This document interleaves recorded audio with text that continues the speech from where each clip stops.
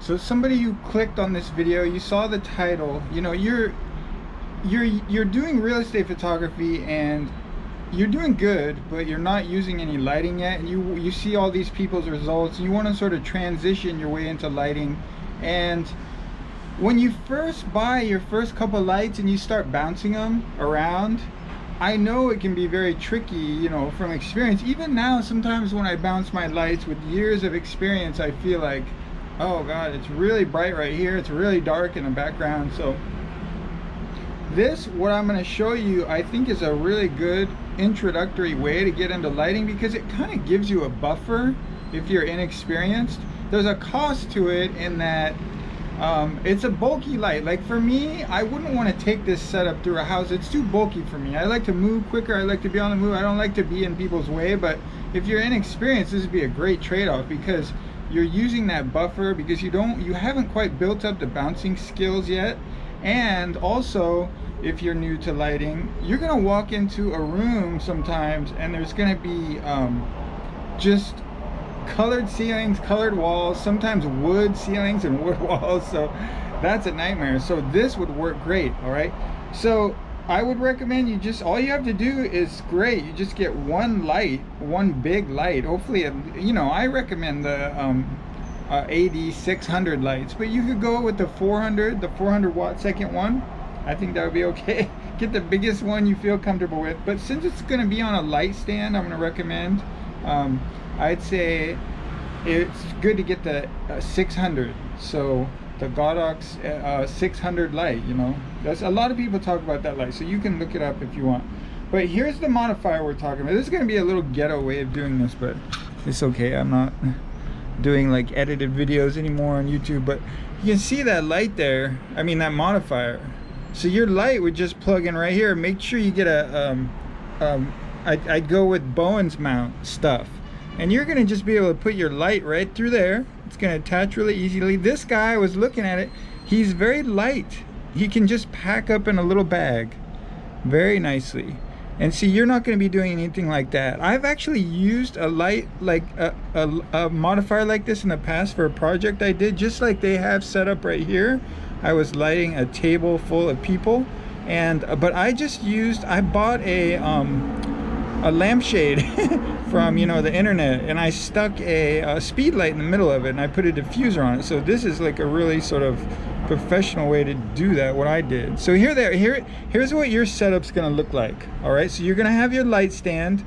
Like for me, I don't use a light stand, right? I just like to get through houses very quickly and bounce my light. But it's gonna be really good for you to have a light stand. That's what we were talking about, that buffer. It's gonna be a little bit more cumbersome for you to walk through the house with this whole setup, but it's gonna be very easy for you to light things. And you know, if you don't know what I'm talking about yet, you're going to do compositing, and if you want to understand all this stuff, I have courses. It would be really easy to go ahead and sort of implement the principles I'm talking about right now using this modifier, which I don't use in my courses, but I hope you see the point. It'd be easy to understand what you do with these guys and the compositing.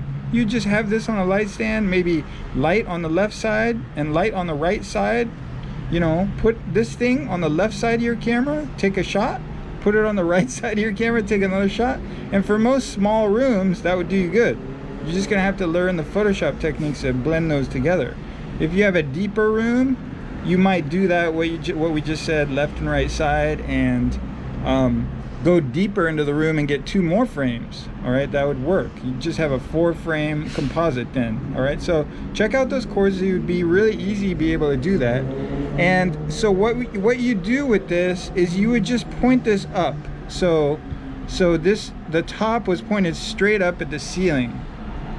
Just point that straight up, and you're gonna have a really nice light source here, where if you want to understand the specifics of what's going to be happening, the light is going to be, a large part of your light is actually going to be hitting the ceiling and the walls and bouncing off of it, but also a large part of it, the ratio of the light, is going to be coming straight out of this modifier.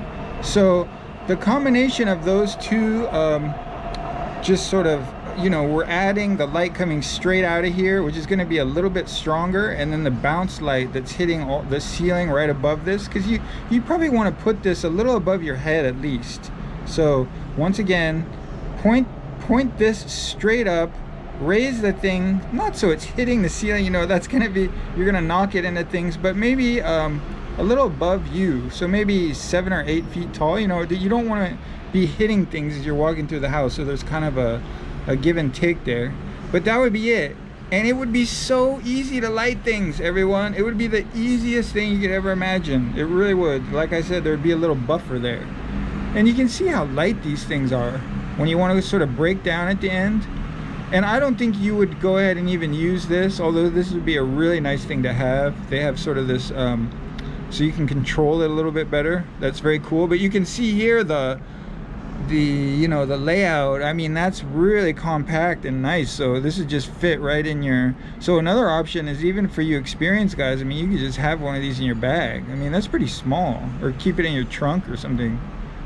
So that's cool. I mean, I use, when I have to light really complicated rooms, I usually use shoot-through umbrellas, and that might be another less cumbersome way. That's another way I talk about my courses. So, you know, if you wanted to be a little bit less cumbersome than this, I'd look into shoot-through umbrellas. But this way would really work for people, and just be that little bit of added cumbersomeness. And the way I'd say that would work is, you shoot this way for maybe, you know, 2 months. You're just starting out, you light houses that way, you're learning how to composite, you're learning all the little tricks, and it's gonna, like I said, be really easy on you. There's sort of that buffer it's giving you, and next thing you know, you're gonna start understanding, even if you don't realize it. Oh, you know, I sort of know how to bounce light now, and you're gonna try it one day. It's gonna be easier for you all of a sudden. Okay, I know how to bounce light over here.